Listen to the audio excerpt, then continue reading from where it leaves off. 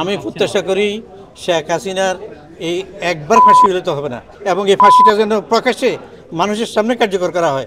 আমার ছেলে তো এই দুনিয়া থেকে একেবারে খালি হাতে চলে গেছে। এই জাতি এত অকৃতজ্ঞ জাতি, এই জাতি 5 তারিখের পর থেকে নির্বাচন শুরু করছে। আমার নাম সৈয়দ গাজীউর রহমান, আমার ছেলের নাম শহীদ সৈয়দ মুনতাসির রহমান। 14 বছর বয়স। সে মাত্র হেফজ করে দাখিল পরীক্ষা দিছে। দাখিল পরীক্ষায় সে জিপিএ প্লাস পেয়েছে। এখন এই জিপিএ প্লাস পাওয়ার পরে তাকে বললাম যে চলো আমরা দেশে যাই। বলতেছে না, আমি যাবো না, আমি কম্পিউটারে বা ইংলিশ কোর্সে ভর্তি হব। কিন্তু ভর্তি করে দেওয়ার পরে তো আন্দোলন শুরু হলো। আন্দোলনের পর সে আন্দোলনে যাওয়া শুরু করলো।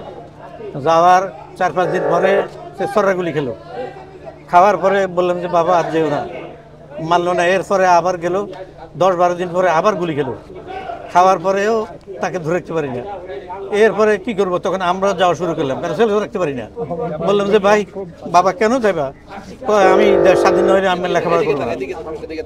দেশ স্বাধীন না হইলে আমি লেখাপড়া করবো না। আমি স্বাধীন মানে দেশ তো স্বাধীন। বলতেছে এই স্বাধীনতা, আমার চাকরিও ধরেন আমি বাংলাদেশ ব্যাংকে চাকরি করছি।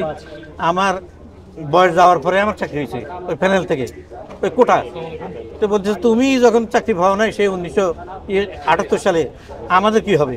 তখন আমি আর কি করব, তখন আমরা তাকে নিয়ে বেরিয়েছি এবং ওই দুপুরে নিয়ে এসেছি। এইভাবে যখন এক খুব সঙ্গীন অবস্থা আসলো, যে আমার ছেলের ছবি, আমি মর্গ থেকে তার এক সময় তাকে আমরা দরজার মধ্যে আটকে রাখছি। আটকে রাখার পরে সে দরজার তালা ভেঙে সেদিন 5 তারিখে বের হয়ে চলে যায়। এখন জোরের সময় আসে না, আসরের সময় আসে না, খুঁজতে খুঁজতে আর পাই না।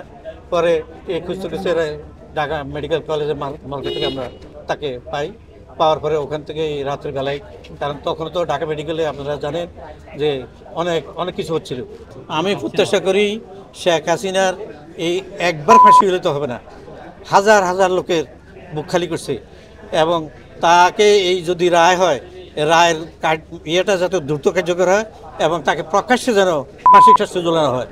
কারণ আমরা এই হাজার হাজার ছেলেমেয়ের এই কান্না, আমি চাই এই শেখ হাসিনা এবং তার সাথে যত সহযোগী আছে তাদের পরিবারের যেন এই কান্নার রোল পড়ে। আমরা এটা চাই, শুধু আমরা আর কিছু চাই না। আমরা কি বলবো, আমার ছেলে তো এই দুনিয়া থেকে একেবারে খালি হাতে চলে গেছে, এই জাতিকে দিয়ে গেছে। কিন্তু অত্যন্ত দুঃখের বিষয়, আমি অত্যন্ত দুঃখের সাথে আজকে বলছি, এই জাতি এত অকৃতজ্ঞ জাতি, এই জাতি 5 তারিখের পর থেকে নির্বাচন শুরু করছে। বিচার নাই, সংস্কার নাই। কিছু লোক বলে যে ওরা গিয়ে বিচার করবে, সংস্কার করবে। তাহলে আমাদের কি হবে বলেন? এই যে করুণ পরিণতি, তাদের আমাদের এই ছেলেরা যে রক্ত দিল, এই বিনিময় কি? আজকে জুলাই সনদের কোনো খবর নাই, বিচার তো নাই, সংস্কার তো নাই। এই সরকারের ভিত্তি আমি দেখি না, কারণ এই সরকার ঘনবিপ্লবের সরকার, অথচ প্রেসিডেন্ট রয়ে গেছে, ওয়াকারুজ্জামান রয়ে গেছে। কি সরকার এটা? আজকের রায়ের প্রত্যাশা আমি চাই সর্বোচ্চ শাস্তি তার হোক, ফাঁসি হোক, এবং এই ফাঁসিটা যেন প্রকাশ্যে মানুষের সামনে কার্যকর করা হয়, প্রকাশ্যে কার্যকর করা হয়, আমরা এটা চাই।